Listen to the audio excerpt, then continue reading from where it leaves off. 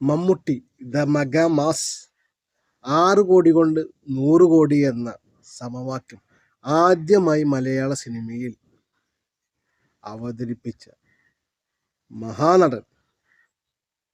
6 കോടി കൊണ്ട് 100 കോടി എന്ന സമവാക്യം രചിച്ച അത്ഭുത പ്രതിഭ. ഒരു വില്ലൻ കഥാപാത്രം കൊണ്ട് കോടികൾ അമ്മാനമാടിയ ഒരേ ഒരു സൂപ്പർ സ്റ്റാർ അല്ലെങ്കിൽ മെഗാസ്റ്റാർ അല്ലെങ്കിൽ ഒരേ ഒരു വില്ലൻ. അപ്പൊ പറഞ്ഞു വരുന്നത് എന്താ വെച്ചാൽ, കളങ്കാവലി ചരിത്രം കുറിച്ചു, ഒരു നാഴികക്കല്ലായി. മലയാള സിനിമയിൽ ഒരു പുതിയ ചരിത്രം കുറിച്ച സിനിമയാണ് കളങ്കാവൽ എന്ന് പറയുന്ന സിനിമ. ദ മെഗാസ്റ്റാർ മമ്മൂക്കയുടെ സിനിമ കണ്ടവർക്ക് എല്ലാവർക്കും അതിനെപ്പറ്റി നല്ല അഭിപ്രായമാണ്. 2025 മമ്മൂക്ക തൂക്കി. അപ്പൊ ഈ തൂക്കി എന്ന് പറയുന്നത് പറഞ്ഞു കഴിഞ്ഞാല് 2025 മമ്മൂക്ക തൂക്കി. ഒരിക്കല് മമ്മൂക്കാനോട് ഒരു ആരാധകൻ ചോദിച്ചിട്ടുണ്ടായിരുന്നു, 2025 ഈ കളങ്കാവല് തൂക്കുവോ മമ്മൂക്ക എന്നൊരു ഡയലോഗ് അടിച്ചിട്ടുണ്ട്.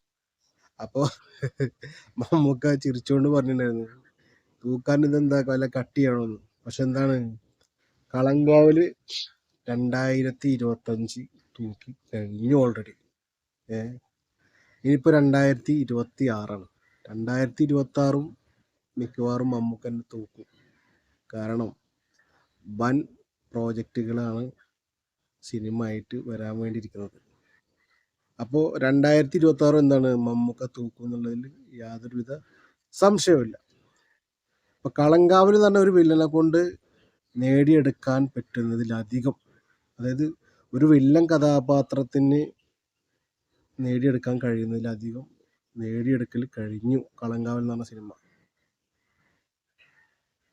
ഇനി അതുകൊണ്ട് നേടിയെടുക്കേണ്ട ചരിത്രങ്ങളൊന്നുമില്ല, കാരണം ഓൾറെഡി എല്ലാം നേടിക്കഴിഞ്ഞു.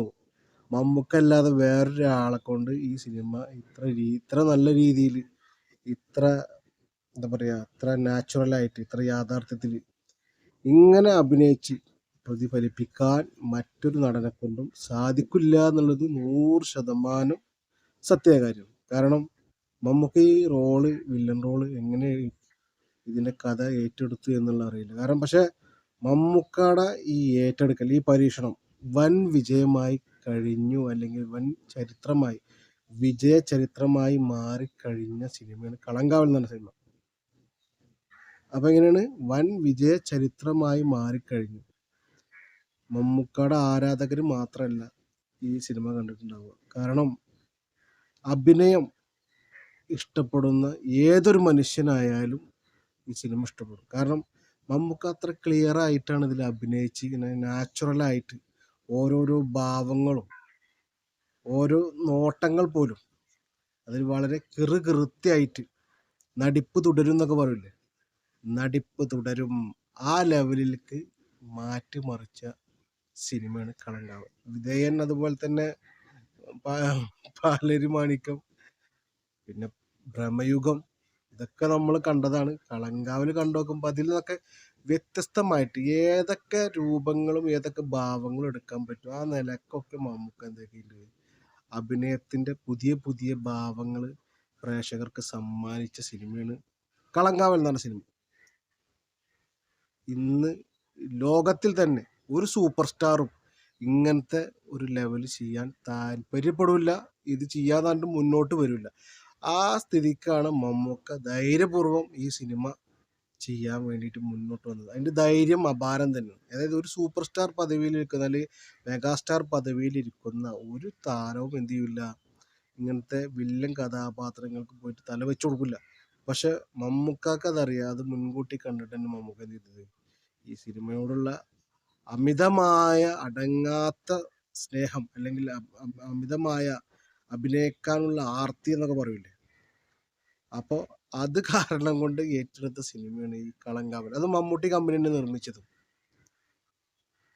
അത്ര അടിപൊളിയാക്കിയിട്ട് സംഭവം ചെയ്തു. പക്ഷെ ഇത് ഇത്ര വലിയ കോടികൾ അമ്മാനമാടുന്നൊന്നും പ്രതീക്ഷിച്ചിട്ടുണ്ടാവില്ല, ചിലപ്പോൾ പ്രതീക്ഷിച്ചിട്ടുണ്ടാവും. പക്ഷെ ഈ പരീക്ഷണം മലയാള സിനിമ ചരിത്രത്തെ തന്നെ എന്ത് ചെയ്തു, മാറ്റിമറിച്ചു എന്നൊക്കെ പറയില്ലേ, മലയാള സിനിമ ചരിത്രത്തെ തന്നെ മാറ്റിമറിച്ചു എന്ന് തന്നെ പറയേണ്ടി വരും. അത് വളരെ സത്യസന്ധമായ കാര്യമാണ്. അപ്പോൾ കളങ്കാവൽ ചരിത്രമായി ഇനി 2026 എന്താണ് ഓടിക്കൊണ്ടിരിക്കുകയാണ്. അപ്പോൾ പുതിയ വീഡിയോയുമായിട്ട് വീണ്ടും കാണുന്നവരെ എല്ലാവർക്കും നന്ദി, നമസ്കാരം.